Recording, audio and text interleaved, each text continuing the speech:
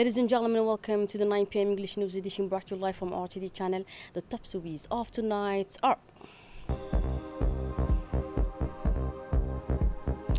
the President of the Republic returns to the capital after taking part in the United Nations General Assembly held in New York.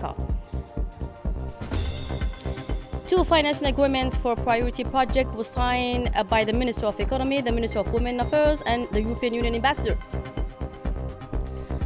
And on the international scene, Palestine formally requests full membership in the BRICS group. Welcome back in our newsroom. We begin tonight's news with the President of the Republic of Djibouti, who returned to the capital after participating in the 8th session of the United Nations General Assembly held in New York, United States. During this major multilateral gathering, the head of state delivered several notable speeches, including at the commemoration ceremony marking the 80th anniversary of the UN Charter, an international conference on the recognition of the state of Palestine, and a high-level debate on the reform of the global financial system. On the sidelines of the Assembly, President Gele held several bilateral meetings, including with the fellow heads of states and government, as well as high-ranking international officials. Among them were UN Secretary General Antonio Guterres, the newly appointed president of the African Development Bank, Sidi Ould, and Massad Boulos, senior advisor to the U.S. President for African Affairs. President Gele will present the Republic of Djibouti at the 8th UN General Assembly in New York. Details coming up.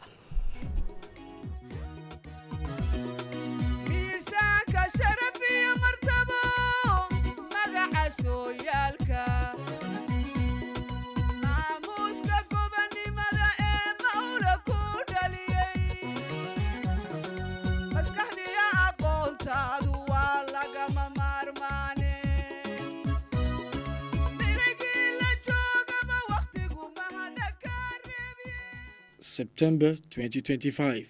On the occasion of the 80th session of the United Nations General Assembly, the President of the Republic of Djibouti, His Excellency Al-Hajj Ismail Omar Guelleh, carried high the voice of Djibouti and beyond that of the African continent. His visit to New York, marked by speeches, bilateral meetings, and strategic initiatives, stood out as a highlight of Djibouti's diplomacy. From the UN rostrum, the head of state delivered a firm plea for the preservation of an international order based on multilateralism, recalling the enduring relevance of the UN Charter. He emphasized that this legal and moral foundation remains the only compass capable of preventing arbitrariness and ensuring fair cooperation among nations. President Ismail Omar Guelleh also stressed the urgent need to reform the global financial architecture, denouncing an injustice inherited from Bretton Woods. He highlighted the constraints faced by countries of the global South, prohibitively expensive development financing, suffocating debt, and institutional marginalization. With vigor, he endorsed the recommendations of the Pact for the Future, calling for a bold and fair reform that will grant African economies a real voice and a genuine chance to prosper. Another central theme of his address was the Palestinian question. At the international conference on the two-state solution, the Djiboutian president recalled that more than 150 countries already recognize Palestine, yet such recognition remains insufficient in the face of illegal occupation and the violence documented by the UN. Citing the advisory opinion of the International Court of Justice and the recent findings of the UN Commission of Inquiry, Ismail Omar Guelleh condemned the genocide perpetrated in Gaza. He issued a solemn appeal to the United Nations to turn commitment into concrete action so that peace may finally be built on justice, equality, and the security of both peoples. On the sidelines of the General Assembly, President Ismail Omar Guelleh held multiple meetings. His discussion with the President of the African Development Bank, Sidi Ould, reaffirmed the strength of the partnership between Djibouti and the AFDB. Talks focused on flagship projects in the fields of energy, digital transformation, and infrastructure, a reflection of Djibouti's strategic vision for regional integration and sustainable development. This conversion of views illustrates Djibouti's ambition to consolidate its achievement while actively contributing to the continental economic agenda. The head of state also met with the UN Secretary General Antonio Guterres at the biennial Summit for the Sustainable and Inclusive Global Economy. The President Guelleh spoke with renewed vigor to denounce the North-South divide that undermines collective ambitions. He called for concrete reforms centered on three priorities: a fairer restructuring of debt, greater access to special drawing rights, and just representation with financial institutions.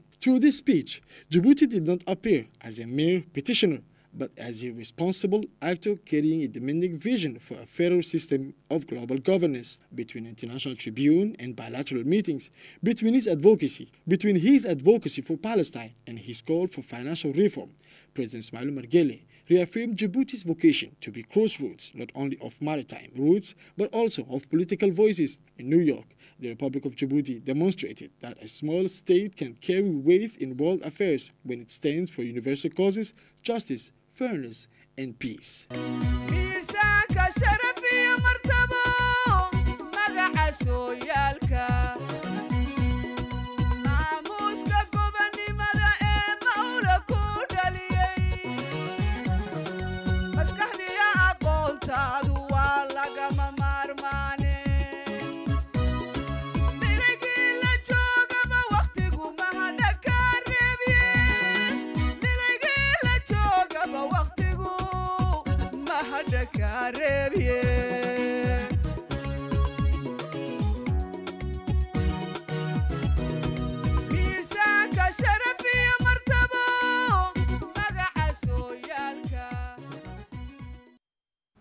And tonight, magazine takes a look at the progress of literacy in our country.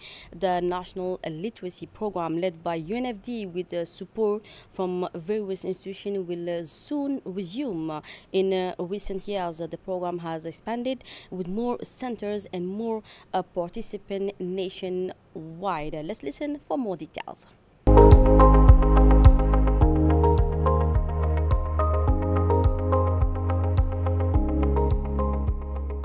The literacy program organized by UNFD with the support of several institutions will soon resume.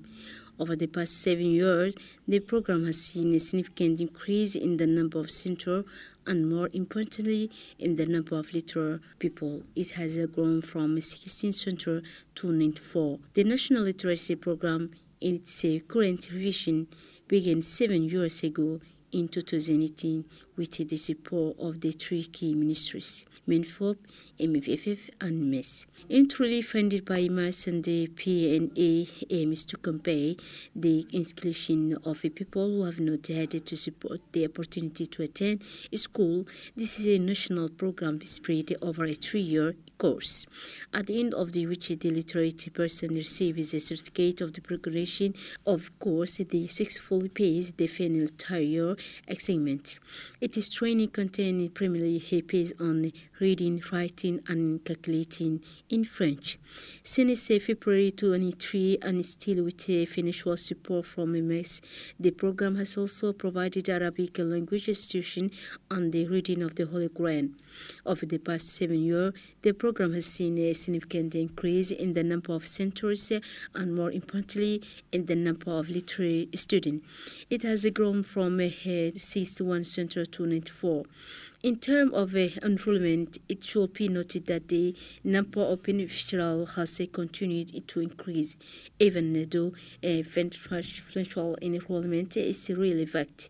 Indeed, the more or less unstable nature of enrollees is a phenomenon generally observed in any adult literacy process. Nevertheless, it should be noted that taking all trainees into account, including those enrolled, those who completed the program, or those who left earlier, the overall enrollment recorded last year was around 12,000 literate students. Mobilization through on-site demonstration and school continues, with the most recent open evening organized for various neighborhoods with the aim of increasing enrollment in the centers. The other significant aspect of the program is its contribution to the fight against unemployment. Indeed, the program employs 210 literacy instructors drawn from employed youth. These young people receive a pedagogy training every 2 months. On the socioeconomic level, many of the literacy students who completed the 3-year program and ranking among the best generally received income-generating activities to facilitate their integration into economic fabric. The small startup fund has served them either to supplement their small business for those who already had a commercial occupation or to finish the startup of a small business. Another form of motivation consisted of implementing a 3-month training model focused on computer literacy. This initiative resulted in intensive training in computer use and short test writing. At the end of this training, we were able to support these learners by providing them with the necessary resources for socio-economic integration. Income-generating activities were provided to each of the trainees. Other news now, the Minister of Economy hosted a key ceremony this week, marking a new milestone in Djibouti's international cooperation efforts. The Minister of Economy and Finance, Ilyas Moussa Dawale, who also oversees industry, signed 2 major funding agreements alongside the European Union Ambassador Denis Helena Lunet and the Minister of Women and Family Affairs, Mouna Ousmane Aden. Together, this agreement will inject 7 million euros, around 1.4 billion Djibouti franc, into projects that directly address national priorities. The first agreement tackles a long-standing issue that Djibouti is fighting with the resolve female genital mutilation. The European Union Ambassador to Djibouti took the floor to express her pleasure and honor to be present alongside the minister to sign the funding agreement. She explained that this ceremony reflected the EU's desire to facilitate and accelerate the decision-making process. She noted that in the past, the process took longer between the approval and signing of agreements, but now it was done jointly and more swiftly. The ambassador emphasized that the European authorities trusted the Djiboutian government to continue implementing these decisions in the most appropriate manner. She added that this part of the EU's multi-annual program was one of the most strategic. It demonstrated, she said, the continuation of a strategic partnership focused on supporting gender equality and the prevention on the fight against female genital mutilation.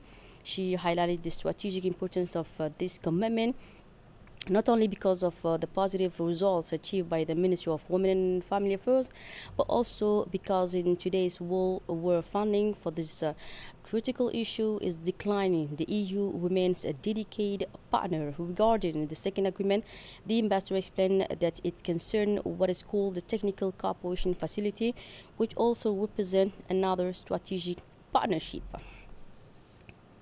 For her side, the Minister of Women and Family, Mouna Ousmane Aden, highlighted the importance of the agreement in her remarks. She explained that the first project falls under her ministry and is an ongoing initiative whose activities have already been implemented and will continue.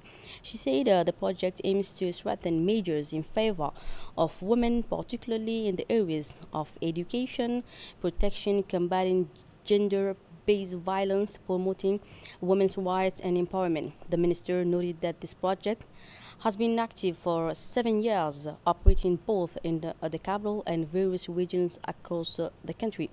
She affirmed that all planned objectives had been achieved and that the new agreement now allows for the preparation of a multi-year project to further enhance the ministry's planned measures. Regarding the second project, she indicated that it is linked to the Ministry of Economy and Finances and will specifically focus on improving the country's analytical, research and strategic development capacities.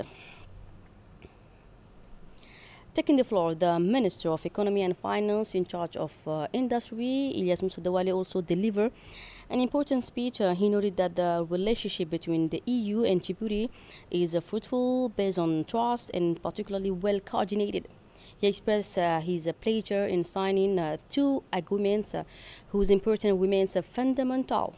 The first argument is a grant support, he said, valued at 5 million euros, approximately 1 billion Djibouti franc, to assist the Ministry of Women and Family Affairs in addressing key issues including the promotion of gender equality and the fight against FGM. He emphasized that Djibouti is among the leading countries in combating these harmful practices and highlighted ongoing efforts to develop the capacities of Djiboutian women both in Kabul and in the two regions. Minister Douale recalled that in recent years, Djibouti has received about 7 million euros in grants, which have yielded significant results with the encouragement of all participants. Building on this success and past funding, he affirmed that the EU remains committed to supporting these very important issues. He extended congratulations and thanks to the EU ambassador for the continued support. Regarding the second agreement, the minister explained that it concerns technical assistance aimed at funding all strategic studies. This support is intended to provide greater flexibility in implementation, whether for studies to promote investment in Djibouti or for policy development on various issues relevant to the country, he finally concluded. Moving on to the next story, under the chairmanship of the Minister of Youth and Culture, Dr. Hibo Mumin Asawe, the first meeting to inaugurate the jury committee for the 2025 edition of the President's Grand Youth Initiatives Award was held today in the Ministry's conference room. The meeting brought together alongside the minister numerous officials from various government departments, state institutions, and senior representatives from the Ministry of Youth and Culture. The theme for the 2025 edition is Cultural and Creative Industries and Women's Entrepreneurship, Innovation for Sustainable Development. At the end of the meeting, the minister expressed her hopes for a productive and ethically sound selection process. She then officially announced that Djibouti will host this year's 5th African Youth Forum under the theme Youth Development and Wellbeing. Organized by the African Union Commission in partnership with the Ministry of Youth and Culture, the forum will bring together young people from across the African continent. As part of this major African event, the ceremony for awarding the winners of 2025 President's Grand Youth Initiative Award will also take place. In her speech, the Minister of Youth and Culture, Dr. Hibo Mumin Asawe, emphasized that the award established by presidential decree reflects the government's strong political will to recognize, encourage, motivate, and support youth initiatives. She added that the award is part of a national campaign for inclusion, innovation, and social transformation, where young people are not merely beneficiaries but active partner in sustainable development. The minister also pointed out that the 2025 edition of the Grand Prize represents a strategic opportunity to celebrate cultural innovation in the services of sustainable development, with a special focus on successful and sustainable projects and the promotion of women's entrepreneurship. She expressed her aspiration for this edition to strengthen a vibrant dynamic among creative and engaged youth who are considered a pillar of change in Djibouti. By rewarding excellence, innovation, and sustainability, the awards aim to help build a generation of proactive youth contributing to the country's development. Furthermore, the minister highlighted the enlightened vision of President Ismail Omar Guelleh, referring to his address at the first cabinet meeting of the 2025 political year on September the 2nd, where he stressed the importance of combating unemployment, providing future prospects of youth, nurturing their talent, and supporting their initiatives. Let's head now to Tajura region as part of ongoing efforts to fight against illicit trafficking. The Regional Customs Division in Tajura, working closely with the National Police, the National Army, successfully carried out a major operation resulting in the seizure of 7,563 kilograms of smuggled cut. This prohibited product illegally brought into the country was promptly destroyed on site. Let's head now to Kenya, where the country has launched a new structure framework to regulate foreign airlines access, aiming to boost transparency, protect national interests, and attract 5 million tourists by 2027. Managed by a technical committee, this system replaces the previous ad hoc authorization with a clear evaluation process based on several strategic criteria. The aim is to enhance transparency, protect the national interests, and boost tourism with a target of attracting 5 million visitors by 2027. Turning now to the world news, where the 8th Congress of World Religious Leaders concluded in Astana with the adoption of the Peace Declaration 2025. Hinda tells us more. Astana adopted the 2025 Peace Declaration at the closing of the World Congress of Religious Leaders. The Kazakh capital Astana concluded the work of the 8th Congress of World and Traditional Religious Leaders, bringing together more than 100 delegations from approximately 16 countries with the participation of representatives of various religions and international organizations. The Congress, organized by the Kazakh government under the motto "Introduce Dialogue as an Energy for the Future," culminated in the adoption of the Astana 2025 Peace Declaration, calling for a strengthened interfaith dialogue, protecting religious sites, and deepening cooperation between state and religious institutions to address global challenges. The sessions were attended by a prominent figure, including Egyptian Minister of Endowment, Dr. Kir Azzarik, and Secretary General of the Middle East Council of the Church, Professor Michel Abi, as well as representatives of international organizations such as Religion for Peace. Discussion focused on promoting religious tolerance, protecting religious heritage, and ways to strengthen world peace, emphasizing that interreligious and intercultural dialogue is a cornerstone for global stability and shared development. And as mentioned at the top stories, Palestine has applied for full membership in BRICS, but has yet to receive a response and will continue participating as a guest for now, said the Palestinian ambassador to Russia, Abdulhafiz Nofal. BRICS, founded in 2006 by Russia, China, India, and Brazil, was joined by South Africa in 2011. And since 2024, Egypt and UAE, Ethiopia, and Iran have also joined, with Indonesia becoming a member in January 2025.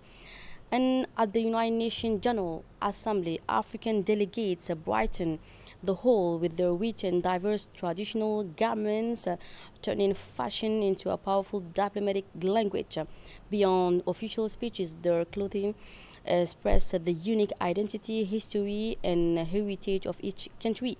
This celebration of African culture, noticed alongside delegates from Greece, Bolivia, Bhutan, and Norway, transformed the United Nations into a vibrant stage for a cultural expression where diversity and heritage met with elegance and pride.